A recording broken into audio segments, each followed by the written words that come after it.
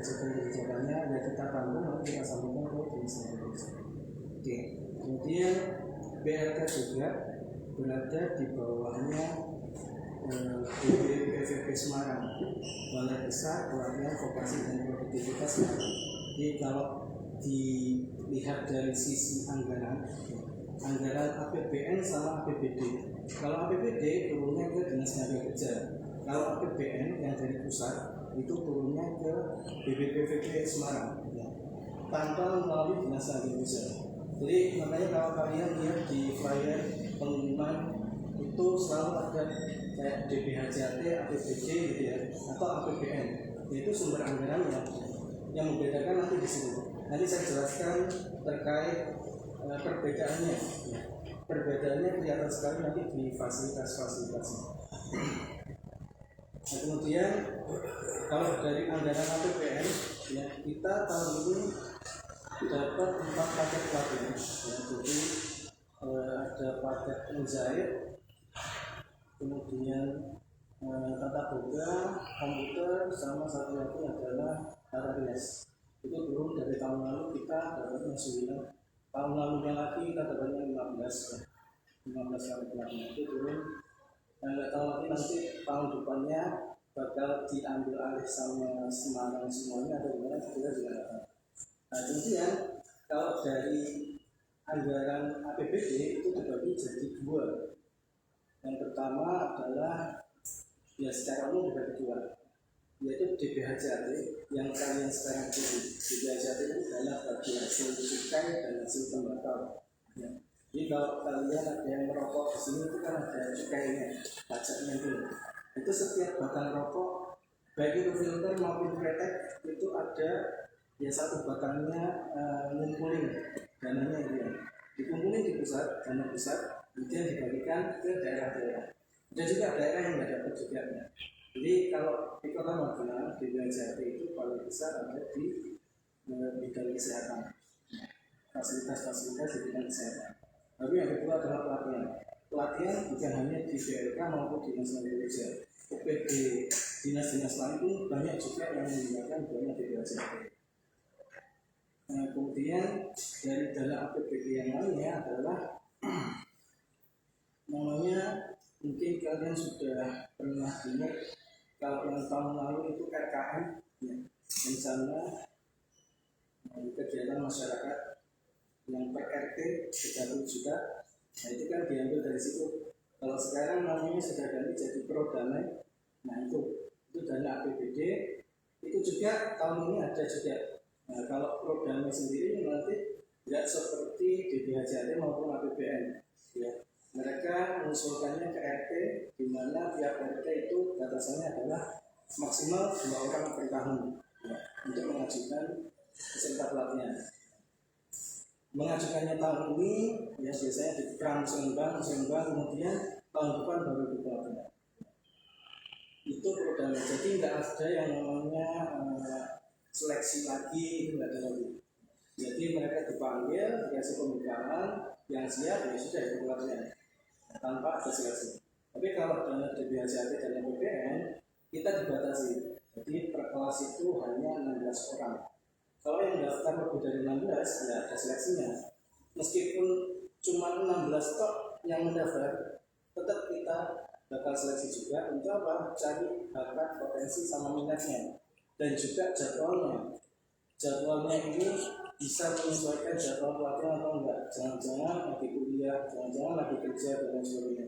Ada juga yang seperti itu, nekat daftar meskipun sedang kerja. Dan itu kan yang nggak bisa ya. Atau yang sedang kuliah. Makanya ada seleksi wawancara. Jadi jadi kami ya, kayak kalau anak kecil itu dapat uang saku dari orang tuanya, biasanya ibunya ngasihnya dari ibu ngasih ini hanya untuk jajan, jangan beli mainan. Bapaknya ngasih lagi ini untuk beli mainan, jangan jajan. Mbahnya ngasih lagi ini ditabung dan lain sebagainya. Itu anggarannya seperti itu. Jadi meskipun pelatihannya nanti barista sama-sama barista, tapi sumber anggarannya berbeda, fasilitasnya juga berbeda. Ya. Jadi bisa dipahami sumber anggarannya, kemudian jenis-jenis pelatihannya. dan juga sebagian besar nanti pelatihannya akan dilaksanakan di daerah. Meskipun kalau yang programnya itu bisa juga dilaksanakan di kelurahan-kelurahan, kemudian di sekolah, karena keterbatasan tempat ya kita menggunakan tempat-tempat yang bisa kita gunakan untuk pelatihan. Di LPK juga.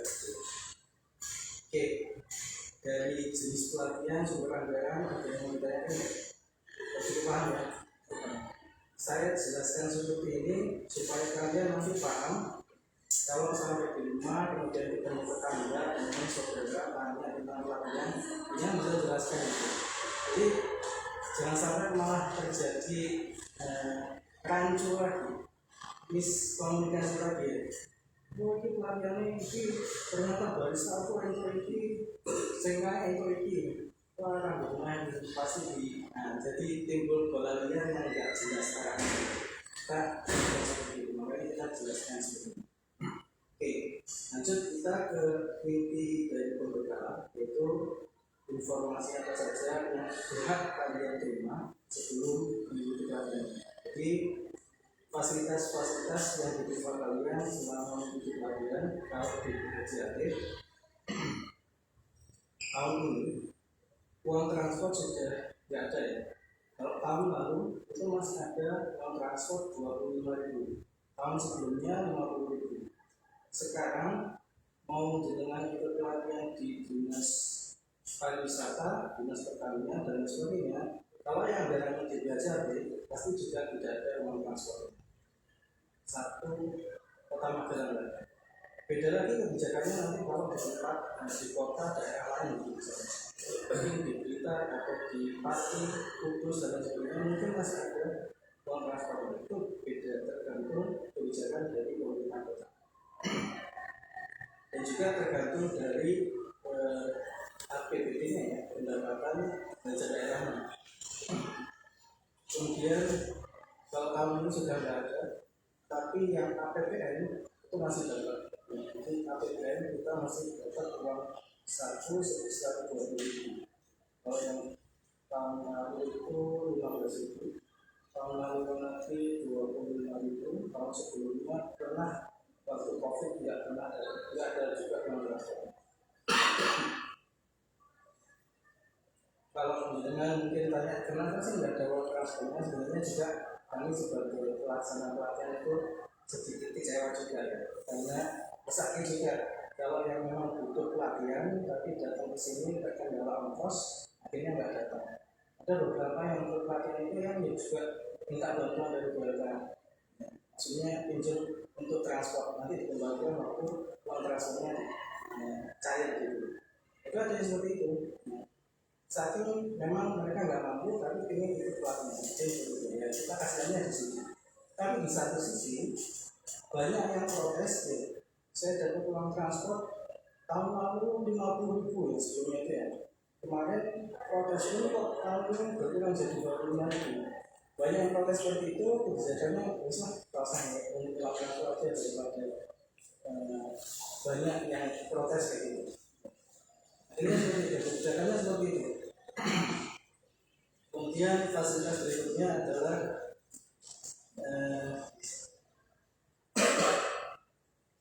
bahan pelatihan.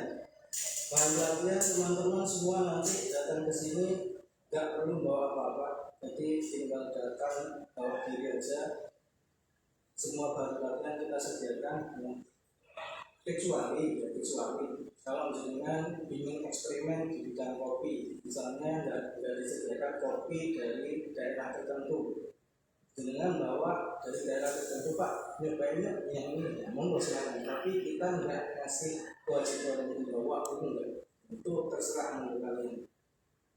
Kemudian bahan pelatihan hanya bisa digunakan saat pelatihan saja, tidak bisa dibawa pulang. Kecuali kalau hasil jadinya, saya minuman masih ada sisa mau dibawa pulang, itu yang monggo silakan kalian. Kemudian setelah itu fasilitas berikutnya adalah kalian di sini masih mendapatkan konsumsinya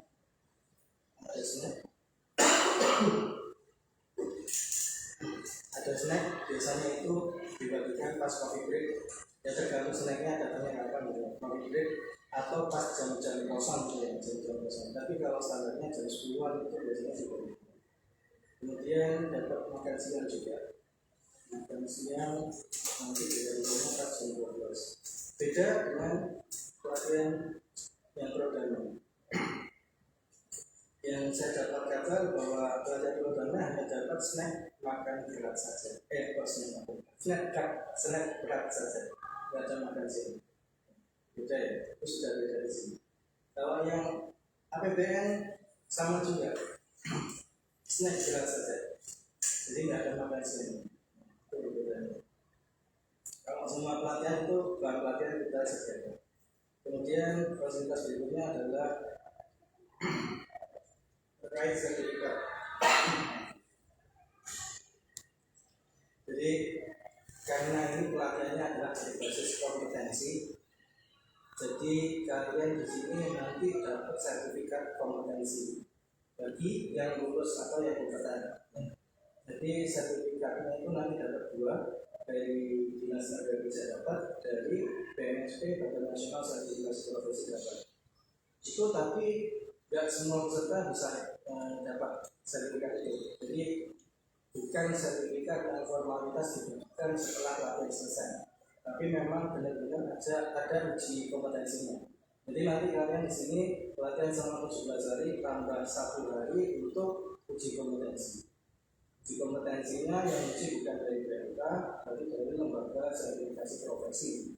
Kalau biasanya barista itu dari LSP, Jaya Dharma di Jogja. Itu benar-benar diuji, ya. Ujinya itu dari kalau di sini itu namanya okupasi barista, jadi terkait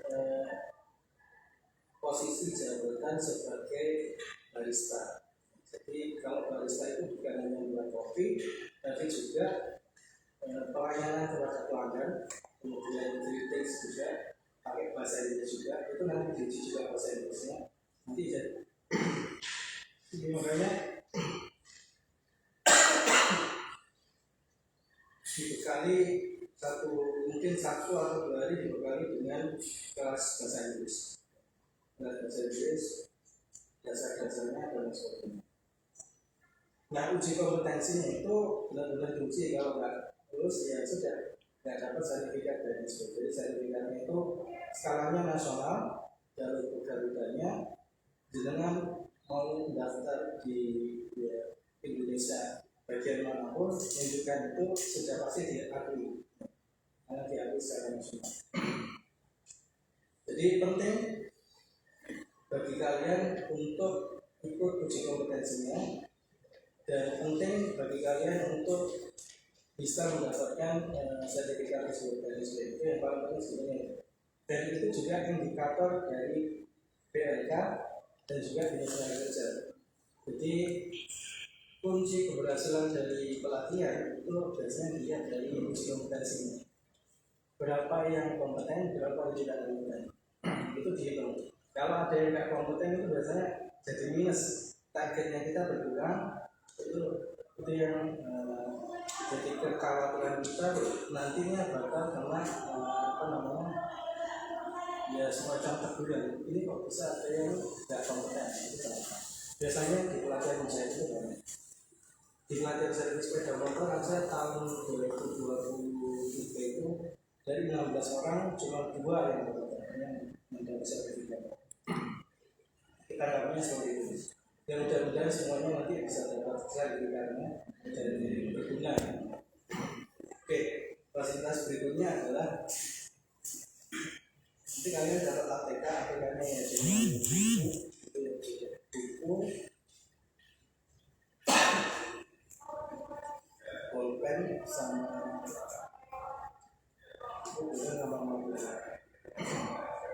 Buat catat-catat. Tapi juga ada mobil yang kita bagikan, tapi kayaknya nggak hari ini kita bagikan mobilnya. Kemudian fasilitas berikutnya adalah kalau tahun lalu itu masih dapat yang namanya barang yang diserahkan kepada masyarakat setelah pelatihan selesai. Jadi peserta selesai itu masih mendapatkan perawatan. Ya, salah satunya kalau tahun lalu dapatnya adalah blender dan juga timbangan bulan. Tahun sebelumnya dapat grinder manual Magic. Kemudian tahun ini nggak dapat apa-apa. Beda dengan Pro Damai, nanti masih dapat peralatan. Kalau Pro Damai dapat peralatan, kalau yang ini baik BPJT maupun APBN nanti nggak dapat peralatan. Bentar ya teman-teman, pembekalannya kita lanjut nanti dulu, kita ke pembukaan.